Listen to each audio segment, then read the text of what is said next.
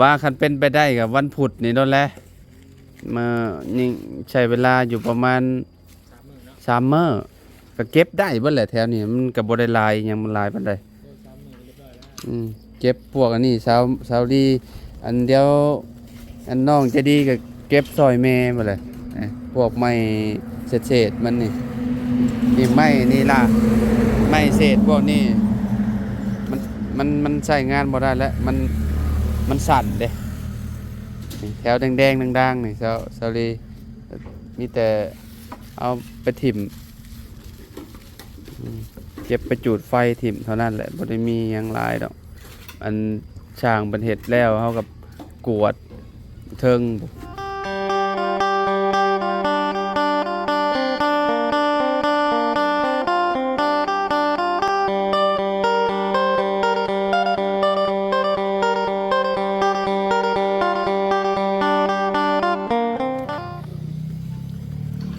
พี่น้อยเนาะเปิดภาพมาตรงนี้เดือนน้องใจดีไปเด้อพี่น้องเด้อเนาะคนอื่นก็สบายดีและสวัสดีพ่อแม่พี่น้อง FC เบิร์สสุขูสู่คนเนาะบอกว่าสิอยู่ในและกระต่างประเทศเด้อพี่น้องเด้อเนาะเอามื้อนี้ทางให้สร้างเพิ่นพากันมาเก็บงานแล้วพี่น้องเอ้ยเนาะมาใส่ไม้พาสลาที่ว่ามันบ่พอเมื่อวานนี่แหละพี่น้องแล้วก็ที่มา เก็บงานเนาะอันนี้แหละพี่น้องนี่บอลเท้าเห็ดคลองน้ำอะไรพี่น้องเลยเนาะคลองให้น้ำไหลลงไปพุ่นแหละพี่น้องเลยเนาะบ่ให้น้ำเข้ากองตารางน้องเพิ่นนั่นแหละเนาะมันนี่คือผู้ได้ยินเสียงสั่งแหล่เนาะสั่งแหล่อยู่ในบ่หรือว่าแนวใดเนาะพ่อแม่พี่น้องเลยอยู่ในนะฮะอยู่ในอยู่ในบ่อาจจะดีครับพี่มาพี่น้องเลยเนาะพุดเมื่อวานนี่เนาะเห็ดเป็ดทวีพี่น้อยเนาะแล้วก็ให้มัน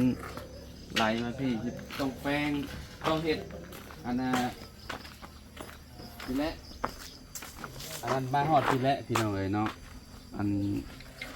ปูนนะมันลงมาหอดพี่เพราะว่าเวลาน้ำฝนตกแล้วมันสิไหลลงไปพุ่นเลยเนาะลงไปอันห้องมันนั่นเลยได้พี่น้องเลยห่วยดีเลยมันเป็นห่วยเลยทุกคนเนาะ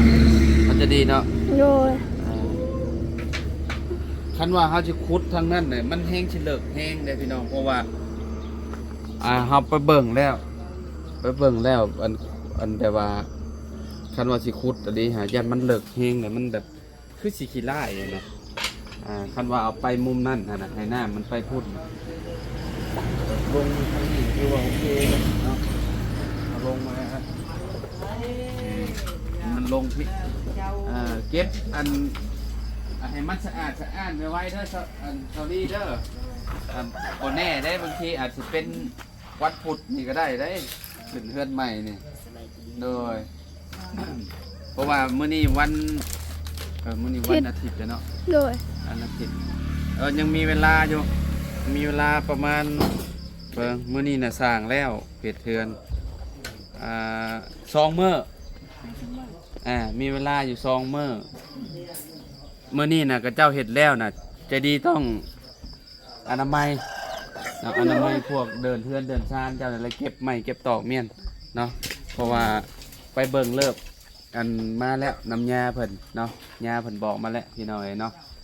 ขึ้นได้เนาะวันพุธพฤหัสแล้วก็วันจันทร์เนาะเพิ่นว่าขึ้นได้พี่น้องเนาะเดี๋ยวสิถามหมู่ครูก่อนว่าหมู่ครูสิพากันเดินทางกลับมื้อใดพี่น้องเนาะสิขึ้นวันพุธบ่หรือว่าวันพฤหัส2 มื้อนี้ก็ได้พี่น้องเนาะภายในอาทิตย์นี้แหละพี่น้องเนาะเรื่องอาหารการกินก็บ่ให้เพิ่นอันนั้นดอกพี่น้องบ่ให้แม่น้องเพิ่นเฮ็ดดอกเนาะเพราะว่ายากลูกจะมีแต่ให้ชุมเพิ่น1ข้าวอย่างเดียวเด้อจะดีเด้อข้าวอย่างเดียวนะบ่าวที่ซื้อให้เพิ่นเฮ็ดให้เนาะทางเฮือห่านอารมณ์ดีพุ่นแหละพี่น้องเนาะก็สิซื้อน้ำซื้อหยังมาเมียนให้พวกของปอกของโฟมนั่นแหละเนาะแต่ว่าเป็นมันบ่ยากดอกตัวนั้นนะพี่น้องเนาะ ไปย่างมาพี่จะดิมาน้าบ่าวจับเองก็ได้เนาะสบายดีปะลุงก่อนอ้าวไม่เนาะไปย่างเลาะเบิ่งพี่น้องเอ้ยก็ยังมันก็บ่ได้มีหยังหลายแถวนี้เพิ่นอนามัยให้เบิดแหละเพิ่นถูให้เบิดแหละได้พี่น้องเอ้ยเนาะเพิ่นทำความสะอาดให้เบิดแหละเนาะมื้อนี้น่ะสิเก็บอันนี้แหละให้มันปิดประตูได้เนาะเพราะว่าสีนี่บอนที่ว่าเพิ่นทานี่เด้มันสิแน่นเด้พี่น้องนี่เด้พี่น้องนี่ยวงจับเด้อบางคนเพิ่นยังบ่เห็นเนาะนี่เด้ตะขอลืมแหละสร้างมื้อนี้อย่าลืมเฮ็ดอันประตูอันนั้นให้เฮาเด้อประตูอันปิดอันนี้ให้เฮาน่ะคะแนนว่าแล้วเวียกน่ะจะหน่อยลืมน่ะโอ้เมื่อเลยได้แล้วแหละเก็บบ้านเก็บก่อนจะเฮ็ดโอเคเฮาสิซื้ออันนั้นมาให้บ้านผับมาให้เจ้าเลยบ้านผับมาให้อันนี้นี่อันแล้วก็สิให้เอาก้อนให้ใส่ให้น้ำเนาะมันจังอันนั้นมันจังอันหมูว่าสันม้าขึ้นจังสิบ่ขึ้นบ่ได้โอ้คักแล้วบัดนี้เนาะว่าวุ่นคักอยู่บ่ไม่ละแนงแนวเนาะแนวตั้งนี่ก็โอเคอยู่เนาะหรือว่าก็ได้อยู่เนาะงามอีกแบบหนึ่งเนาะ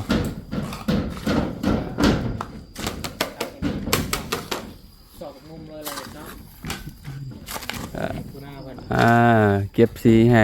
ใส่สมาธิแต่สีลืมเบิ่งตีนจะพร้อมแล้วเนาะมีแต่ย่างไปเลยเนาะสั่งจันนี่สิโบกอันนี้ให้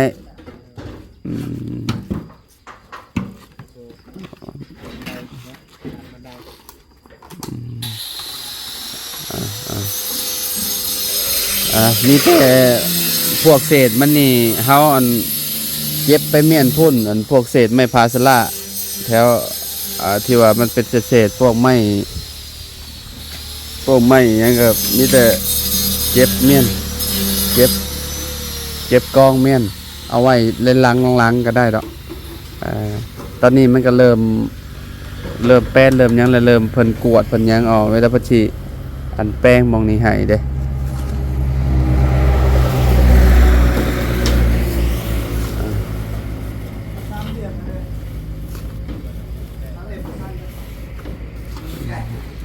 พิศาบมันนี่พิศาบอันนี้มันต้นเสาทาเข้ากันเลยเนาะทา3ต้นนั่นพี่น้องทาอยู่เทิงเลยสียังลายอยู่บ่อ้าย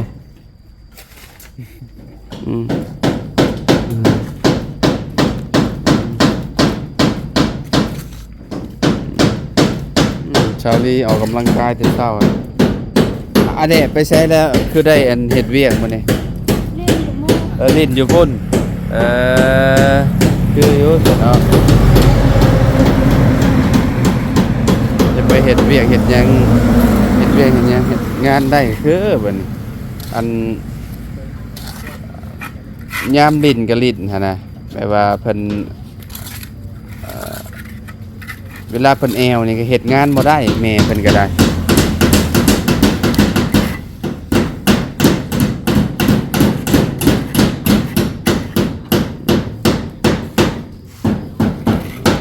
ปิดไม่พาชะล่าให้อีกเทิง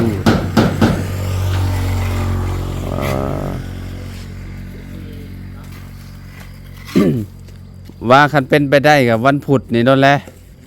มานี่ใช้เวลาอยู่ประมาณ3 มื้อก็เก็บได้เบิดแหละแถวนี้มันก็บ่ได้หลายหยังมันหลายปานใด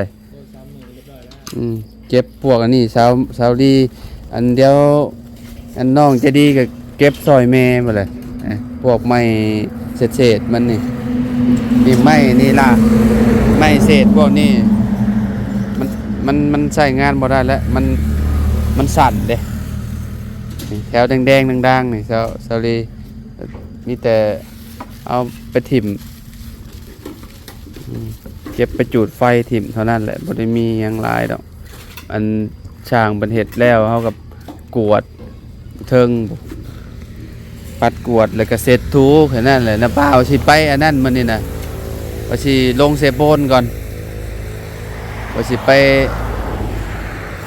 อันน่ะซื้อที่นอนมาให้เจ้าก่อนไปซื้อที่นอนมาให้ใจดีก่อนเอาที่นอนงามๆมาให้น้อง กันขึ้นบ้านใหม่พี่น้องเนาะเออแต่ว่าสีชมพูนี่บ่เอาอยู่แล้วเนาะบ่มักเนาะสีช็อกโกแลตนี่เอาสีคือเสือเจ้านี่ได้จัดไปค่ะบ่ให้เสียเนาะเขาว่าเอาไปแล้วไปจูดถิ่มในรางบ้านกันน่ะสิโอเคนะขอผู้แถวนั้นพุ่นเนาะอันนี้วางไว้มันหน้าบ้านคือว่ามันคือว่ามันหกอะนะเนาะ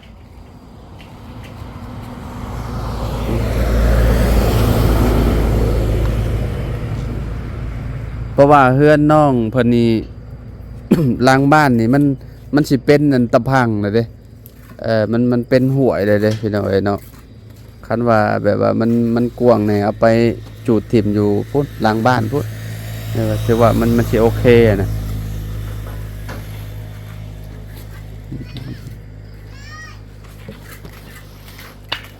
ห้องหาแม่เลยเด้อันแหละนะงานเก็บนี่โอ้จักซ่านี่แหละพี่น้องเอ้ยเนาะเก็บสีเก็บหยัง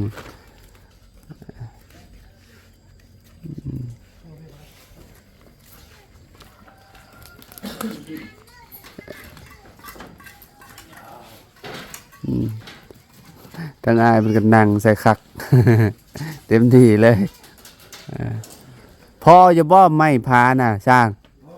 โอ้ยแล้วว่าบ่พ่ออีกเยอะ อัน130ประมาณ100เท่าใด128แผ่นโอ้โหและบาดนี้อันนั้นบัดช่างมัธนาก็เอาซ้ำนี่คะแนนว่าเขตเทือนน้องเลี้ยงเพิ่นน่ะ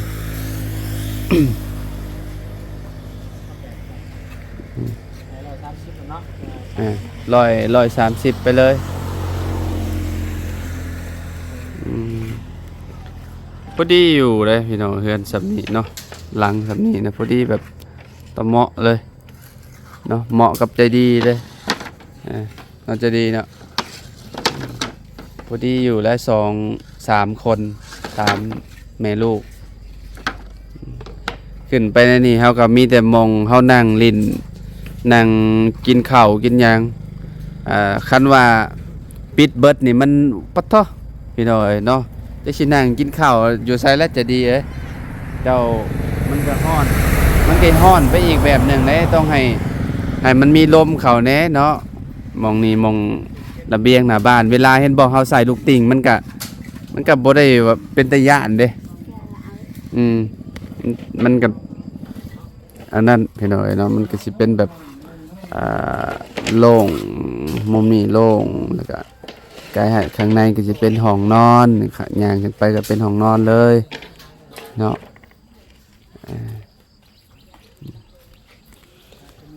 เป็นได้อ้ายข่าวงามอยู่บ่อาสุพรโอ้โดยเมื่อกันนอนแม่นแล้วเฮาเฮ็ดเวียกเด้ขนาดจะดีถ่ายคลิปยังเมื่อยเราจะดีเนาะเป็นเอาเลยเนาะสั่งจัดเป็นกำลังอันนี้อยู่กำลังสาบอยู่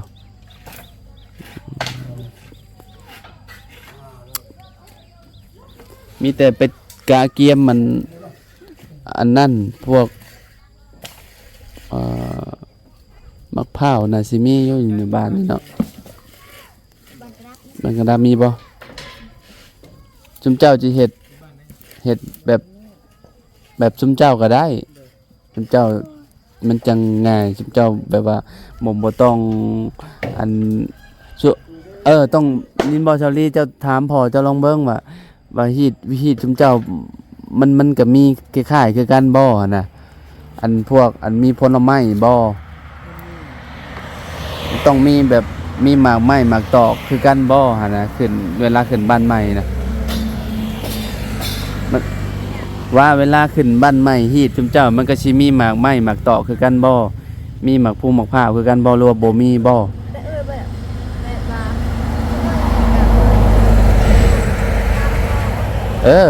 นั่นแหละก็ถามพ่อเจ้า บ่คะแนนมันบ่มีก็สิมันก็สิง่ายไปอีกหันนะเฮาก็สิบ่ได้หาหยังหลายเนาะจะดีเนาะมีแต่หมูไก่แล้วก็ไผ่ปูแคนขนมเท่านั้นแหละพี่น้องเนาะกันว่าแบบเป็นฮีตเพิ่นหั่นนะแต่เป็นฮีตคือฮีตลาวหลุมขึ้นนาบ่าวเนี่ยโอ้มีหลากหลายได้สิเป็นอันผักขวัญแล้วก็มะพร้าวมะอันมะกล้วยมะต้นอ้อยต้นมีหลายๆอย่างเลยพี่น้องบ่ว่าสิเป็นข้าวสารข้าวเปลือกอันก้อนเสาแล้วก็มีอีกอย่างอีกเหล่ามากกับบ่เบิดดอกพี่น้องเนาะคันว่าเห็ดคือลาวลุ่มหั่นนะคันเห็ดคืออันฮีดเพิ่นก็สิบ่หลายหั่นน่ะ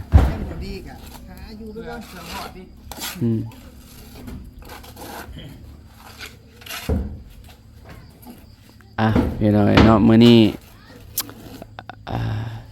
น่าสิได้จ่ายเงินค่าสร้างอยู่มื้อนี้เนาะเพราะว่าจบเวียกจบงานเด้เนาะเพิ่นต้องหับเงินแหละมื้อนี้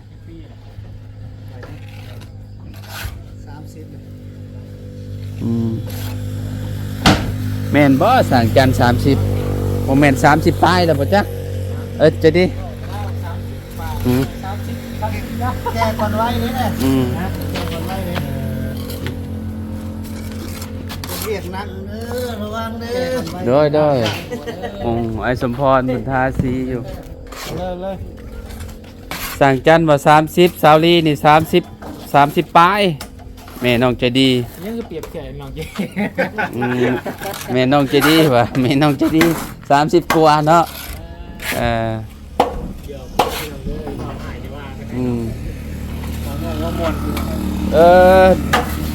ยังเหลืออยู่สำนี่เนาะใครอยู่มันเหลือบ่หลายปานใดพี่น้องเนาะเหลืออยู่ประมาณ3ก้อนเนาะ3ก้อนก็เอาไว้อันปุ๊บแป้งข้างน้ำลงเนี่ยก็จะว่าได้บ่จะเอาไปมองหันเอาบ่เนาะเอาไปมองทางน้ำแน่นี่นะนี่ทางน้ำมองหันนะเห็นบ่ไอ้น่ะสั่งจันเอาไปมองให้น้ำให้แน่มองหันมองมาโต้นนะพอดีเลยนี่เป็นเรื่องเนี่ยขาดกลางคนบ่ได้คนใดคนหนึ่งเนาะแมนสั่งใหญ่เพิ่นมาแล้วพ่อต้องมานำกันแล้วเนาะเฮือนนี่แล้วก็แล้วนำกันเบิดเด้บ่ได้แม่นว่าผู้หนึ่งผู้เดียวเด้เจ้าก็มีส่วนคือกันเบิดซอยกันเด้ก็มาแสดงความยินดีน้องเพิ่นแหละเนาะขาดช่างจันบ่ได้ขาดช่างจันบ่ได้เด้โอ้ทั้งอ้ายแล้วทาสีอยู่ตกคือหัวคักแล้วนี่เนาะแดงกับปัญญังแล้วนี่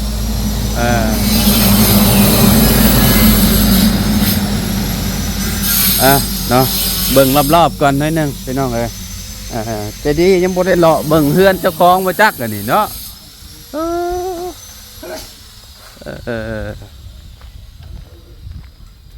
ตัวเบิ่ง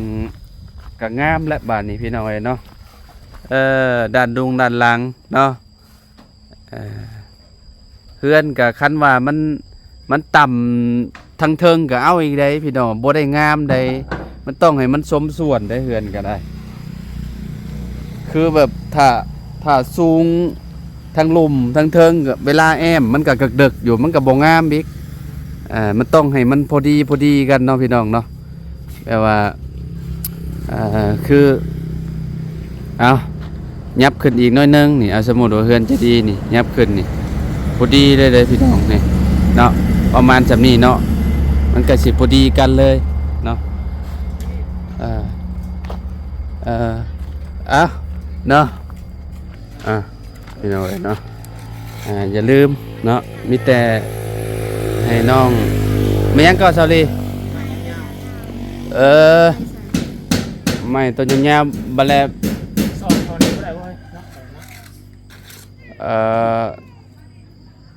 เก็บเมียนแถวนี้ก่อนก็ได้บัดแล้วเฮายังสิขอจะไปใช้อยู่คันว่ามันบ่พออีหยังหั่นน่ะพวกไม้นี่พวกเอาไว้เจ้าเก็บเมียนดีๆเพื่อ มันก็ต้องได้ใช้แหละบ่แหละมันเหลือยังบ่ได้หลายบ่ได้ดอกผมใหม่พวกนี้นี่มันเหลืออยู่ประมาณบ่กี่เส้นเองพี่น้อยเนาะ